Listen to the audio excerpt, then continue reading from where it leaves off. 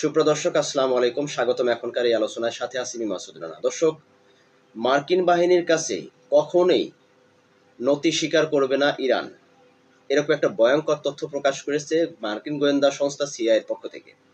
এবং সেই সাথে সাথে পেন্টাগন আরেকটি তথ্য প্রকাশ করেছে, যেটা শুনলে আপনারা অবাক হয়ে যাবেন। গত 7ই জুলাই থেকে এই যাবৎকালীন পর্যন্ত মার্কিন বাহিনী ইরানের উপর হামলা করার ফলে ইরানের পক্ষ থেকে যে পাল্টা আক্রমণের শিকার হয়েছে মার্কিন যুক্তরাষ্ট্রের সামরিক বাহিনী, সেই আক্রমণে ন্যূনতম 100 জন সেনা তারা আহত হয়েছেন এবং প্রায় 20 জনের মতো সেনা তারা নিহত হয়েছে।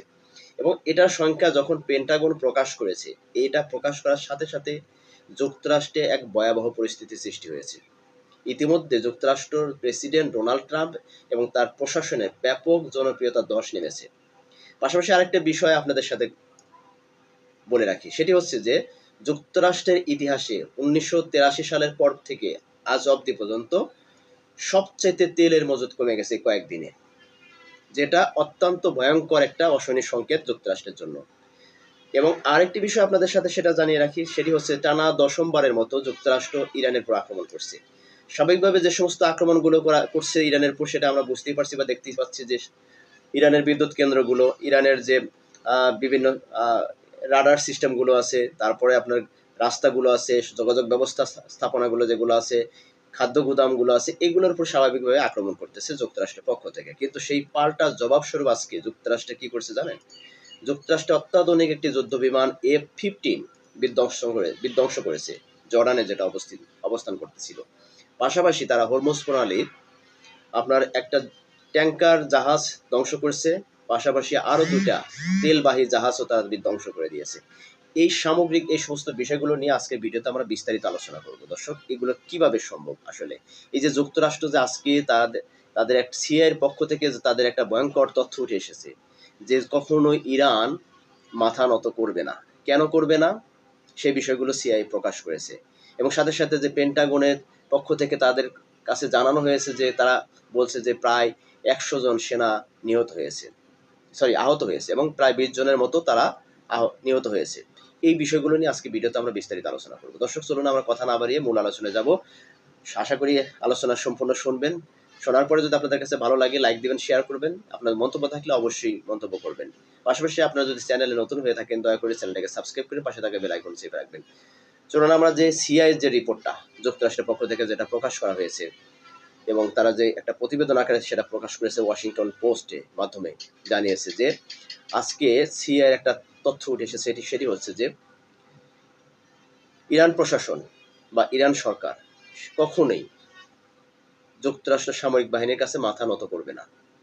বিমান হামলা এর চাইতেও যদি ভয়ঙ্করভাবে যদি ইরানের উপর করে, সেই ক্ষেত্রেও ইরান প্রশাসন কখনোই মাথা নত করবে না। তার অন্যতম মূল কারণ কি?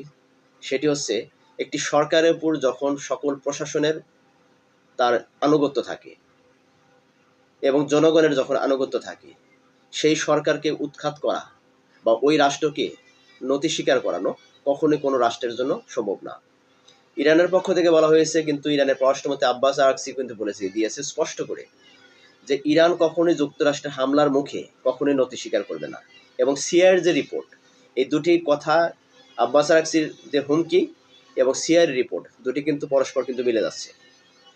সিআইয়ের রিপোর্টে বলা হচ্ছে যে হয়তো ইরানের বর্তমান যে সরকার আছে, সেই সরকারের সাথে বা কিছু যারা এই যে মধ্যস্থতাকারী যে সমস্ত নেতারা আছে, বিশেষ করে ইসমাইল ভাগাই এবং বর্তমান যে সর্বোচ্চ ধর্মীয় নেতা মোস্তফা খামেনি, তারা কিছুটা সমঝোতার পথে বা আমেরিকার পক্ষে তারা কিছুটা সমঝোতায় যাওয়ার জন্য তারা কিছুটা প্রকাশ করছে। কিন্তু এই বিষয়ে হার্ডলাইনে আছে আইআরজিসির পক্ষ থেকে। তো এদের ভিতরে কিছুটা অভ্যন্তরীণ দ্বন্দ্ব থাকলেও এরা নতি স্বীকার করার ব্যাপারে একমত, মানে অর্থাৎ তারা কখনই কোনো পরাজিত বা কোনো শক্তির কাছে মাথা নত করবে না। এটা সিআই রিপোর্ট প্রকাশ করছে, এটা এরকমই বলছে যে অভ্যন্তরীণ তাদের ভিতরে প্রশাসনের সাথে মধ্যস্থতাকারীদের সাথে, বিশেষ করে আব্বাস আরাকচি বা ইসমাইল ভাগাই, এই সমস্ত ব্যক্তিরা যারা যুক্তরাষ্ট্রের সাথে মধ্যস্থতাকারী হিসেবে তারা দায়িত্ব পালন করতেছে, তাদের সাথে প্রশাসনের সাথে কিছুটা হয়তো মানে বিশেষ করে আইআরজিসির যে কমান্ডার সেক্টরে, এই কমান্ডার সেক্টরে তাদের সাথে যে একটু মতপার্থক্য থাকলেও কিন্তু তারা রাষ্ট্রীয়ভাবে কখনোই যুক্তরাষ্ট্রের কাছে মাথা নত করবে না, কারণ সবাই তারা রাষ্ট্রের প্রধানের উপর আনুগত্য, অর্থাৎ মোস্তফা খামেনিকে তারা সবাই মিলে তাদের সর্বোচ্চ যে ধর্মীয় নেতা বানিয়ে ফেলেছে, এর উপরে সকলে আনুগত্য আছে, যার কারণে ইরান প্রশাসন কখনোই যুক্তরাষ্ট্রের কাছে মাথা নত করবে না। এটা সিআই নিজে তদন্ত করে বা নিজে গবেষণা করে এরকম একটা রিপোর্ট তারা তৈরি করেছে। পাশাপাশি যুক্তরাষ্ট্র ভিত্তিক যে বিভিন্ন বিশ্লেষকরা আছে তারাও বলছে যে যুক্তরাষ্ট্র যদি ইরানের উপর বিমান হামলা করে তাদেরকে মাথা নত করানোর জন্য বা আলোচনার টেবিলে বসানোর জন্য চাপ প্রয়োগ করে, তাহলে সেটা হবে যুক্তরাষ্ট্রের জন্য সবচেয়ে বড় ভুল সিদ্ধান্ত। কারণ ইরানের উপর বোম্বিং করে বা বিমান হামলা করে কখনো ইরানকে মাথা নত করানো যাবে না। এই চিন্তা যদি করে থাকে যুক্তরাষ্ট্র, তাহলে সেটা হবে যুক্তরাষ্ট্রের জন্য সবচেয়ে বড় এবং বোকামি। ইরানের সাথে একমাত্র সমাধানের পথ হচ্ছে তাদেরকে সমঝোতায় আনার জন্য একমাত্র পথ হচ্ছে যে তাদের দাবিগুলো দেওয়াগুলো যেগুলো আছে সেগুলো শর্তগুলো মেনে নিয়ে আলোচনা টেবিলের মাধ্যমে তাদের সেই সমস্ত শর্তগুলো বাস্তবায়নের পথে এগিয়ে নিয়ে একটা শান্তি আলোচনায় তাদেরকে রাজি করানো। এছাড়া কখনোই যুক্তরাষ্ট্র ইরানের উপর যদি বোম্বিং হামলা অথবা বিমান হামলা যেটি বলেন না কেন, সামরিক যতগুলো হামলা আছে সমস্ত হামলা করে কোনোভাবেই ইরানকে তাদের নিজস্ব মানে ক্যাপচারে বা নিজস্ব আওতায় নিতে পারবে না। এটা একদম স্পষ্ট জানিয়ে দিয়েছে সিআই রিপোর্টে তথা যুক্তরাষ্ট্র ভিত্তিক যারা যে সমস্ত বিশ্লেষকরা আছে সে সমস্ত বিশ্লেষকরা। পাশাপাশি যে বিষয়টি আপনাদের সাথে কথা বলতেছিলাম সেটি হচ্ছে পেন্টাগন যে একটি তথ্য প্রকাশ করেছে পেন্টাগনের পক্ষ থেকে, অর্থাৎ যুক্তরাষ্ট্রের যে এই যে ইরান হামলার পরে যুক্তরাষ্ট্রের যে ক্ষয়ক্ষতি, এই জিনিসটা যখন প্রকাশ করতেছিল না তখন আঞ্চলিকভাবে এবং আন্তর্জাতিকভাবে বিভিন্ন দেশ থেকে তারা চাপ প্রয়োগ করতেছিলেন যে যুক্তরাষ্ট্রের যে ক্ষয়ক্ষতির কোনো হিসাব বা নিকাশ বা কোনো তথ্য এখন পর্যন্ত পেন্টাগন কেন প্রকাশ করছে না। এরকম সমালোচনার মুখে পড়ে লাস্ট অব্দি আপনার পেন্টাগন একটা তথ্য প্রকাশ করেছে যে 7 জুলাই থেকে যাবৎকালীন পর্যন্ত তৃতীয়বারের মতো যখন যুক্তরাষ্ট্র ইরানের সামরিক হামলা করছে, সেই সামরিক হামলার ফলে এখন পর্যন্ত যুক্তরাষ্ট্রের ন্যূনতম 100 জন সেনা আহত হয়েছেন এবং তাদের মধ্যে মোটামুটি 90% সেনা সুস্থ হয়ে আবার তাদের নির্দিষ্ট কর্মে ফিরে গেছে। পাশাপাশি তারা বলছে যে 20 জনের মতো সেনা নিহত হয়েছে, যদিও এটা এখনো অপ্রাসঙ্গিক, কারণ অনেকের মতে যে যুক্তরাষ্ট্রের একাধিক সেনা অর্থাৎ 20 জনের অধিক সেনা তারা নিহত হয়েছে, যেটা যুক্তরাষ্ট্র হয়তো গোপন রাখছে। আর এই যে আজকে যতগুলো হামলা পাল্টা হামলা অর্থাৎ টানা 10মবারের মতো ইরানের উপর আক্রমণ করছে, ইরানের বেশ কিছু স্থাপনা তারা ধ্বংস করছে, এটা স্বাভাবিক।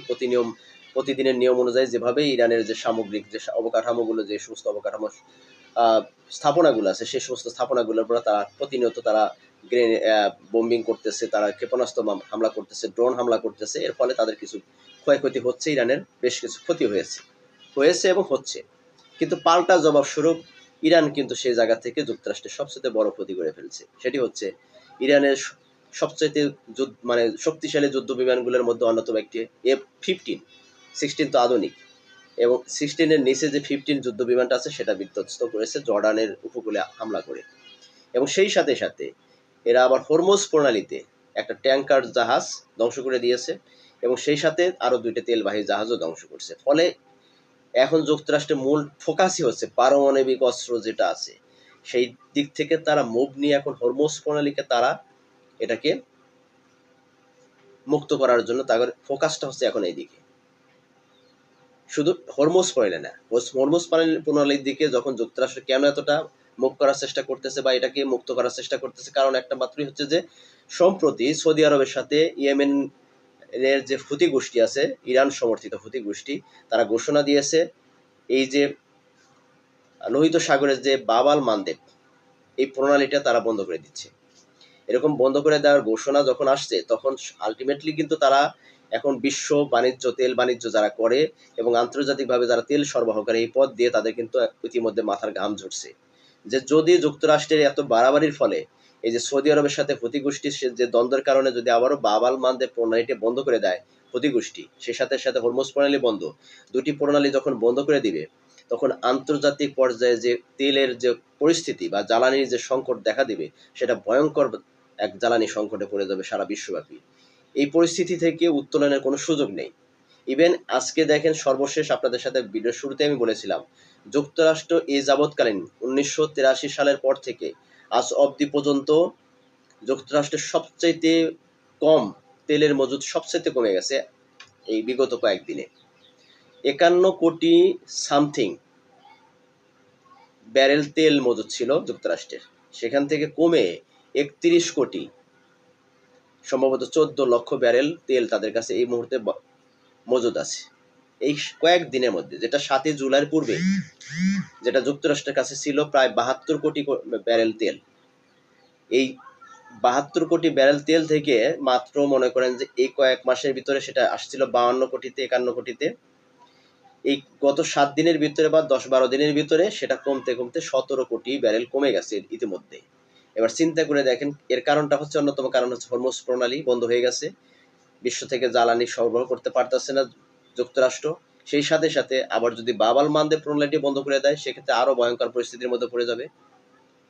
যদি এই অবস্থায় চলতে থাকে, আমেরিকার যে তাদের যে নীতি, তেল মজুদের যে নীতি, সেটাও ভেঙে যাবে। এই ঘোষণার পরপরই যুক্তরাষ্ট্রের প্রশাসনের প্রতি তীব্র তাদের ক্ষোভ প্রকাশ করছে সে দেশের পাবলিক, সাধারণ মানুষ থেকে শুরু করে প্রত্যেকটা ডিপার্টমেন্টের। এবং সেই সাথে সাথে ডোনাল্ড ট্রাম্প এবং তার প্রশাসনের জনপ্রিয়তা ধস নেমেছে। এখন ট্রাম্প কিন্তু মহা বিপদে পড়ে গেছে, কারণ মধ্যবর্তী নির্বাচন সামনে। এই নির্বাচন সামনে রেখে ট্রাম্প যে তার প্রতিযোগিতা করবে বিরোধী দলের সাথে, সেই রকম করার মতো সামর্থ্য এই মুহূর্তে যুক্তরাষ্ট্রে নেই। যুক্তরাষ্ট্রের প্রেসিডেন্ট ডোনাল্ড ট্রাম্পের প্রতি সে দেশের জনগণই শুধু ক্ষোভ না, সে দেশের জনগণই শুধু ঘৃণা করে না। আমার মনে হয় সারা বিশ্বের যদি কোনো ব্যক্তিকে সবচেয়ে ঘৃণিত ব্যক্তি হিসেবে চিহ্নিত করা হয়, তাহলে মনে হচ্ছে যে এই মুহূর্তে বিশ্বের মধ্যে সবচেয়ে অন্যতম একজন ঘৃণিত ব্যক্তি হচ্ছে ডোনাল্ড ট্রাম্প, পাশাপাশি হচ্ছে নেতানিয়াহু। এই দুজন ব্যক্তিকে আমার মনে হয় সকল ধর্ম বর্ণ নির্বিশেষে সারা বিশ্বব্যাপী সমস্ত জাত কুলের ঊর্ধ্বে এসে সমস্ত শ্রেণীর মানুষ এই দুজন ব্যক্তিকে ঘৃণার কাতারে 1 নম্বর এবং 2 নম্বরে রেখেছে। সেটার বহিঃপ্রকাশ আমরা এই যে লাস্ট যেটা আমাদের মানে ফিফা ফুটবল বিশ্বকাপে যেটা আমরা দেখেছি, যে ডোনাল্ড ট্রাম্পকে যে কতটা ঘৃণা করে। স্পেন তো ভাই কোনো মুসলিম রাষ্ট্র না, খ্রিস্টান ইহুদি রাষ্ট্র। এই রাষ্ট্রের সাধারণ জনগণও যুক্তরাষ্ট্রের প্রেসিডেন্টকে কতটা ঘৃণা করে সেটা খেলার মাধ্যমে আমরা দেখতে পেয়েছি। যখন খেলা শেষ, আনন্দ উৎসব মুখর পরিবেশে, তখন ডোনাল্ড ট্রাম্প সেই আনন্দকে ভাগ করে নেবার জন্য সেখানে কিন্তু অবস্থান করতেছিলেন। কিন্তু স্পেনের যে সমস্ত খেলোয়াড়রা আছে তথা স্পেনের যারা সমর্থক যারা আছে, তারা পুরোটাই ট্রাম্পের বিপক্ষে তাদের যে মানে কার্যক্রমগুলো তারা দেখিয়ে দিয়েছে। এটার মাধ্যমে প্রকাশ হয় যে ডোনাল্ড ট্রাম্প অত্যন্ত ঘৃণিত ব্যক্তি একজনের। শুধু তাই না, বিশ্বের মানে আন্তর্জাতিক পর্যায়ে যেভাবে ঘৃণিত হয়ে উঠছে, ঠিক একইভাবে তার দেশের জনগণের কাছেও কিন্তু সে অজনপ্রিয় হয়ে উঠতেছে। আগামী নির্বাচনে ট্রাম্প যদি মনে করে যে তার প্রতিপক্ষকে হারানোর কোনো রকমের চিন্তা করে মাথায়, সেটা হবে তার জন্য ভুল চিন্তা। কারণ বর্তমানে যে যুক্তরাষ্ট্রের পরিস্থিতি আমরা লক্ষ্য করতে পারছি বা পরিস্থিতি অবস্থান করছে, এই পরিস্থিতিতে ট্রাম্প মধ্যবর্তী নির্বাচনে কখনোই বিজয় হওয়া সম্ভব না। যদি করে সেটা জালিয়াতের মাধ্যমে। বাস্তবিক অর্থে সেখানে কোনোভাবেই ট্রাম্প কিন্তু এটা করতে পারবে না, কারণ ট্রাম্পের জনপ্রিয়তা এতটাই কমে গেছে। সবচেয়ে বড় ক্ষতি করছে যে এই যে জ্বালানি যে সংকট পড়তেছে আগামী দিনে ট্রাম্পের দেশ, এবং সেই সাথে সাথে প্রত্যেকটা দ্রব্যমূল্যের যে ঊর্ধ্বগতি, এই যে একটা ভয়াবহ পরিস্থিতির মধ্যে যুক্তরাষ্ট্রের নাগরিকরা পড়তে যাচ্ছে, এই পরিস্থিতির মধ্যে আগামী দিনে চলতে থাকলে ট্রাম্পের জনপ্রিয়তা ক্রমান্বয়ে সে কমতে থাকবে, এবং ক্রমান্বয়ে জনপ্রিয়তা এতটা কমে গেলে দেখা যাবে যে ট্রাম্প আর সামনে নির্বাচন করার মতো সামর্থ্য হারিয়ে ফেলবে। দর্শক, এই যে আজকের গুরুত্বপূর্ণ সবচেয়ে কয়েকটি বিষয় নিয়ে আলোচনা করলাম। একটা নাম্বার হচ্ছে আপনার যুক্তরাষ্ট্র ভিত্তিক সিআই গোয়েন্দা সংস্থা, এদের তথ্য অনুযায়ী দেখা যাচ্ছে যে যুক্তরাষ্ট্র যত ইরানের উপর আক্রমণ করুক না কেন, কখনোই যুক্তরাষ্ট্রের কাছে ইরান মাথা নত করবে না। এটা সিআই রিপোর্ট, অন্য কোনো গোয়েন্দা সংস্থা, অন্য কোনো সংস্থার কোনো রিপোর্ট না, স্বয়ং যুক্তরাষ্ট্রের সিআই রিপোর্ট। আবার পেন্টাগন যে তথ্যটা প্রকাশ করেছে, এই যাবৎকালীন যুক্তরাষ্ট্রের প্রায় 100-এরও ঊর্ধ্বে সেনা আহত হয়েছে এবং 20 জনের অধিক সেনা নিহত হয়েছেন। এই যে এরকম একটা তথ্য প্রকাশ করেছে, এই তথ্য প্রকাশ করার সাথে সাথে যুক্তরাষ্ট্রের যে সামরিক বাহিনী আছে তাদের মধ্যে কিন্তু একটা হতাশা চলে আসতেছে, এবং তাদের মধ্যে কিন্তু একটা দুর্বলতা চলে আসবে, এটাই বাস্তবিক। পাশাপাশি যে এই যুক্তরাষ্ট্রের তেলের বাণিজ্য, তেলের মজুদ সেটা ধ্বংস হয়ে যাচ্ছে, এবং সেই সাথে সাথে মধ্যপ্রাচ্যের যে সমস্ত রাষ্ট্রে ইরানের পক্ষ থেকে আক্রমণ করা হচ্ছে, মধ্যপ্রাচ্য বিষয়ক ভিত্তিক যে সমস্ত রাষ্ট্রগুলোর উপরে, বিশেষ করে জর্ডান, কুয়েতে ব্যাপকভাবে সেখানে ট্রাম্প প্রশাসন ক্ষতিগ্রস্ত হচ্ছে। ফলাফল দেখা যাচ্ছে আগামী দিনে যুক্তরাষ্ট্র ইরান যুদ্ধে কোনোভাবে যে টিকে থাকতে পারবে না, কোনো ভয়ঙ্কর হামলা ছাড়া, সেটা বেশ স্পষ্ট। আবার ভয়ঙ্কর কোনো হামলা করতে গেলে সেখানেও ট্রাম্পকে বড় বিপদে পড়তে হবে আন্তর্জাতিকভাবে। সবকিছু মিলিয়ে আসলে যুক্তরাষ্ট্রের অবস্থান এখন কোন দিকে যাচ্ছে? দর্শক, আপনাদের মতামত থাকলে অবশ্যই কমেন্টস করবেন। এতক্ষণ ভিডিওটার সাথে থাকার জন্য আপনাদের সকলকে ধন্যবাদ জানাচ্ছি, এবং সেই সাথে আপনাদের অনুরোধ করব, যদি ভিডিও সম্পর্কে আপনাদের কোনো মতামত থাকে কমেন্টস করবেন, ভালো লাগলে লাইক দিবেন এবং পারলে শেয়ার করে দিবেন।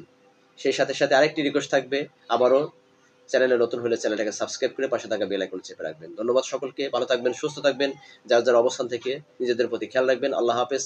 আসসালামু আলাইকুম ওয়া রাহমাতুল্লাহি ওয়া বারাকাতুহু।